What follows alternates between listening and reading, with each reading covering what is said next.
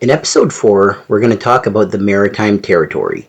Originally known as Atlantic Grand Prix Wrestling, by 1990 it was known as World Grand Prix Wrestling. And just like the previous episode, the AWA, this would be the final year of Grand Prix Wrestling. Before we get into the champions and what happened in 1990, there's not a lot of information about Grand Prix Wrestling. It was run by Emile Dupree, who is Rene Dupree's father, a former WWE Tag Team Champion. The Maritimes would be seasonal. Now, that means they would start in May, and by October or November, the season would be done. So they would skip the winters because the winters are pretty brutal here in the Maritimes. They were on TV on ATV, Atlantic Television. There is a number of shows and matches on YouTube, so if you would like to see some Grand Prix Wrestling, it is available, but there's a lot missing. To give you an example, Grand Prix started in the early 60s, but did not have TV until 1973. But the earliest Grand Prix show that we have is 1984, I believe. For sure there's some from 1985, but I think there are some clips from 1984, but those are unconfirmed. Before we get into 1990, a few of the legendary names that have competed in Grand Prix Wrestling include Andre the Giant, Macho Man Randy Savage, his brother Leaping Lanny Poffo, Rowdy Roddy Piper, and a host of others. Tracking the championship history for Grand Prix Wrestling is very difficult because sometimes you'd start the season with a new champion without it having changed hands. Most of these titles in Grand Prix Wrestling, if you look on Cage Match or Wikipedia, there are question marks at the end of it because it's uncertain when the reigns started and when the reigns ended. So that's a big problem, but that's the Maritime territory for you. Alright, so champions starting the year, supposedly.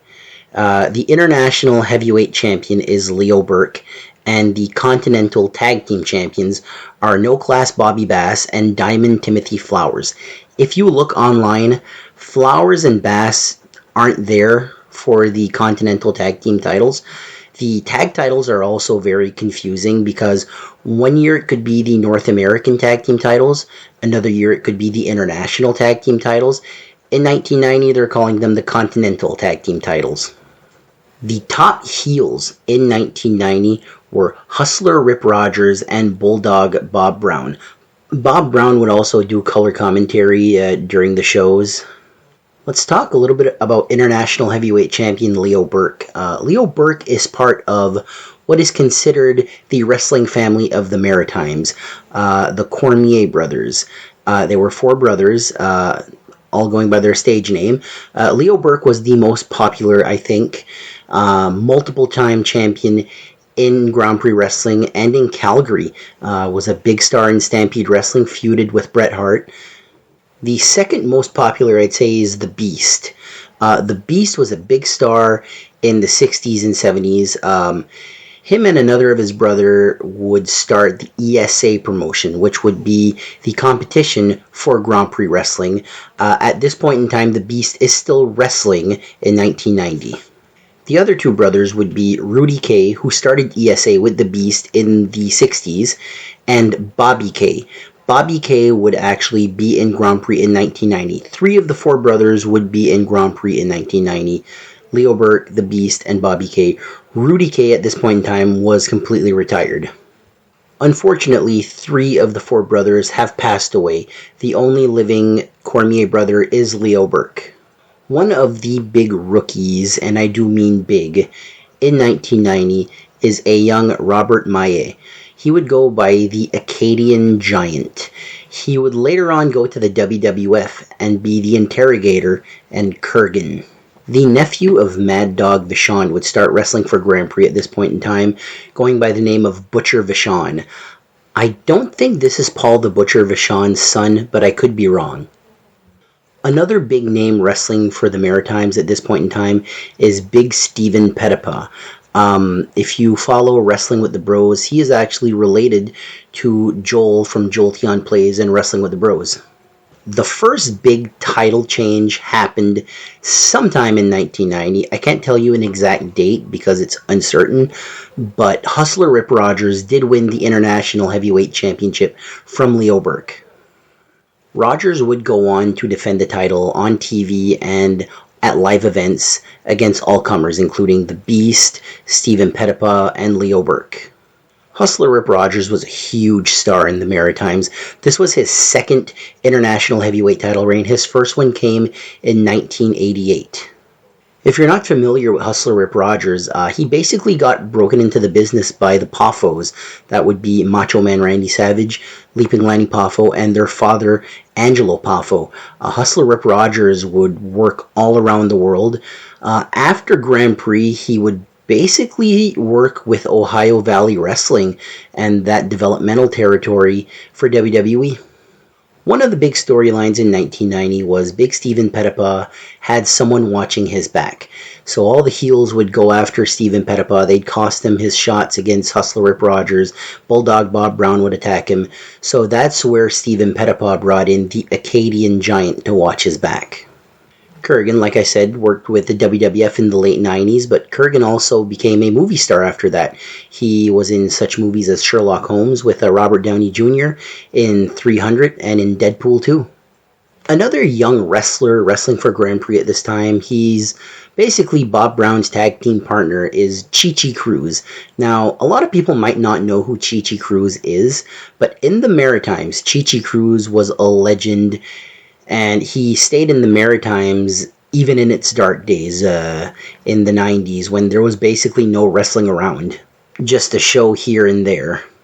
Another guy that got his start around this time that would hang around the Maritimes for years and years to come would be Evil Eddie Watts. Now, Chi-Chi Cruz and Eddie Watts would be bigger stars down the road for like Grand Prix Wrestling's second incarnation and Real Action Wrestling and companies like that.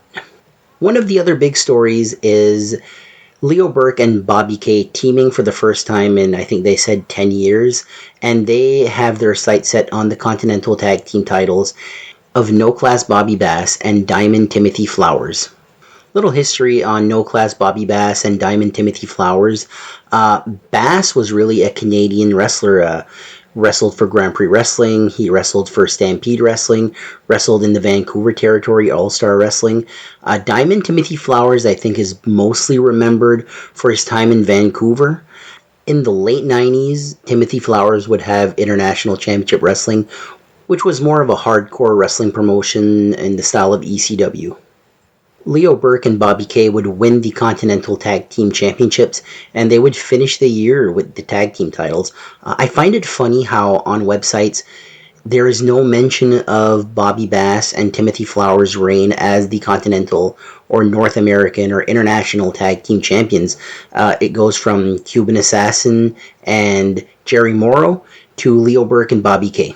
You can see this match. It has been saved. It is on YouTube. So you can see this title change, and there is proof that Timothy Flowers and Bobby Bass were the tag team champions in 1990. Hustler Rip Rogers would finish the year as the International Heavyweight Champion, and he would finish the year as the final International Heavyweight Champion, because this would be the final year that the Grand Prix name would be used in its original run. We'll get to that in a second. But by 1991, the TV show still existed. It went by different names in 91 and 92.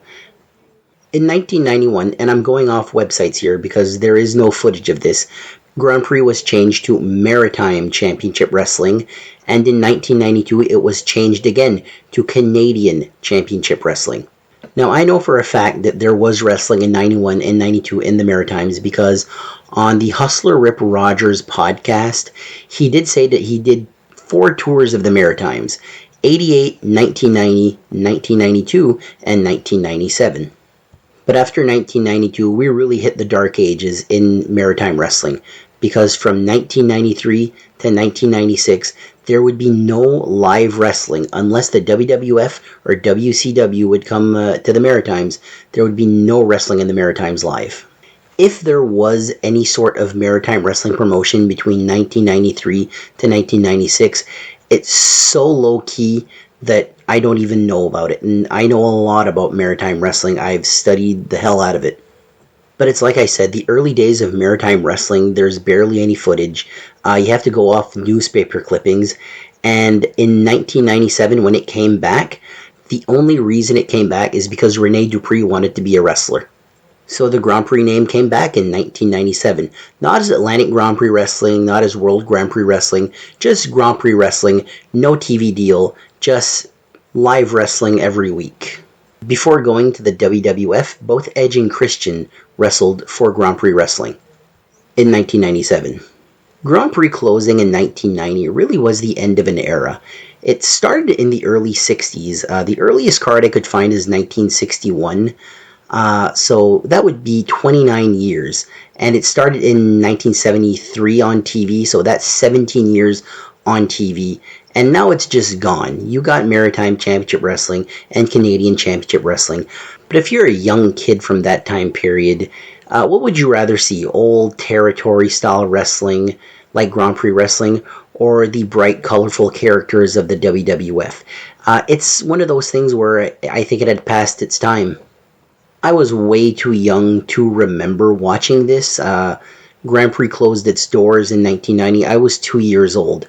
Supposedly my uncle would come watch Grand Prix with me when I was a baby, during the time where Dynamite Kid actually showed up to Grand Prix Wrestling and Harley Race as well. Dynamite Kid was actually the International Heavyweight Champion in 1989. But now I watch Grand Prix Wrestling with great nostalgia. It's one of those great promotions that's in the lost media category. There's more lost of Grand Prix than there is found. Nothing from the 70s has ever been found. Any footage with Macho Man Randy Savage has never been found. All we have is maybe like 20 full shows, and maybe that it's even lower than that. I believe a fan asked Rene Dupree once if the Atlantic Grand Prix Wrestling Library had been saved, and he immediately said, nope, it's all gone. Because what they would do is they would have one tape, and they would tape their show, send it to the studio, they would get the tape back, and they would tape over the old episode. So nothing has been saved, except for the episodes that were recorded on VHS by Maritime people. I call them heroes, really. Atlantic Grand Prix Wrestling, or World Grand Prix Wrestling as it was in 1990, is something that I don't remember as a kid watching, but I would always hear. When I would be watching the WWF, they'd say, those aren't wrestlers. Leo Burke was a wrestler. The Beast was a wrestler. Steven Pettipaw was a wrestler. And then you'd see all the big heels in the WWF, and they'd be like, those aren't bad guys. The real bad guys were Killer Karl Krupp and the Cuban Assassin. So I've been hearing about Grand Prix Wrestling since I was a baby. My first wrestling show was in 1999, live that is. And it was Grand Prix Wrestling. The first wrestlers I ever saw live were the Cuban Assassins. That's Angel Acevedo and his son Richie. And the original Cuban Assassin, who was probably close to his 60s back then, scared the daylights out of me. Because I kept hearing from my family that the Cuban Assassin was one of the most dangerous person in the world. There wasn't a lot of information about Atlantic Grand Prix Wrestling or World Grand Prix Wrestling in 1990, but I really wanted to add Atlantic Grand Prix Wrestling to my 1990 series because I am from the Maritimes. The name of the channel is The Maritime Warrior, and I'm a huge fan of Maritime Wrestling. So anytime I go see a North Pro show or an IHW show or any show in the Maritimes, I have Atlantic Grand Prix Wrestling to thank, and every single wrestling promotion in the Maritimes has Atlantic Grand Prix Wrestling to thank. Unfortunately, in 2023, we did lose Emile Dupree, the father of Maritime Wrestling. Emile Dupree passed away on September 17, 2023, at the age of 86. That same week, on Café de René, that is Rene Dupree's podcast, a fan asked Rene if Atlantic Grand Prix Wrestling would make a return after the death of his father, and he said most likely yes. So in 2024, keep an eye out for Grand Prix Wrestling. And with that, that is the end of episode 4. I want to thank you all for listening, and I will see you next time.